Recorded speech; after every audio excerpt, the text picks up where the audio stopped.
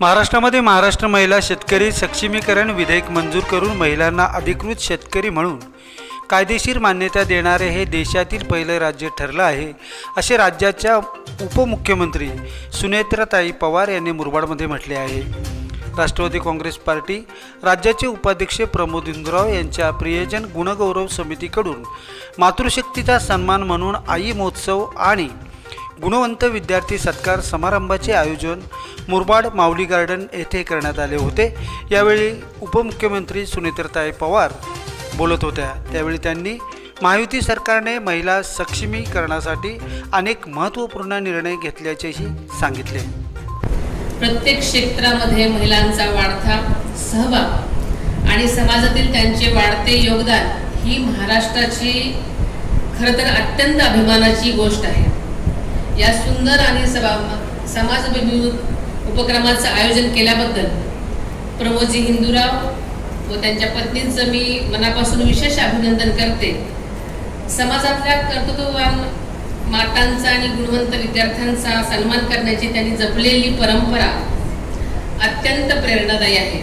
अशा उपक्रमांमधून समाजाला नक्कीच सकारात्मक दिशा मिळायला कारणीभूत होते आणि ही अत्यंत अभिमानाची गोष्ट आहे। आपल्याला सगळ्यांना माहिती आहे की कालच राज्याचं विधिमंडळ अधिवेशन संपलं। या अधिवेशनामध्ये महाराष्ट्राच्या इतिहासात सुवर्णाक्षराने नोंद होईल असे अनेक महत्त्वपूर्ण निर्णय घेण्यात आले। महाराष्ट्रामध्ये महाराष्ट्र महिला शेतकरी सक्षमीकरण विधेयक मंजूर करून महिलांना अधिकृत शेतकरी म्हणून कायदेशीर मान्यता देणारं हे देशातील पहिलं राज्य ठरलं आहे। शेतात पुरुषांच्या बरोबरीने राबणाऱ्या महिलांना अनेक वर्ष न्याय मिळाला होता।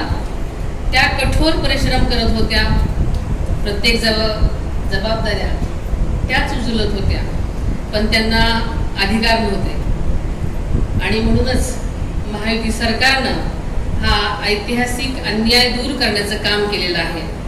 हा निर्णय शेती आणि मातीत राहणाऱ्या लाखो कष्टकरी महिलांच्या स्वाभिमानाला बळ देणारा आहे। आपल्याला माहिती आहे की महिलांच्या सक्षमीकरणासाठी महायुती सरकार अनेक महत्त्वपूर्ण निर्णय घेत आहे।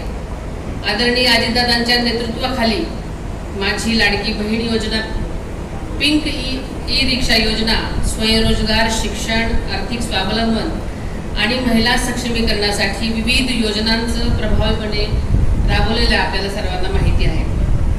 राष्ट्रवादी काँग्रेस पक्षाने देखील नेहमीच समाजातील सर्वसामान्य माणूस केंद्रस्थानी ठेवून आपलं काम केलेलं आहे। आपण पाहतात लाईव्ह अस्मिता टीव्ही न्यूज, उमेद नव अस्तित्वाची।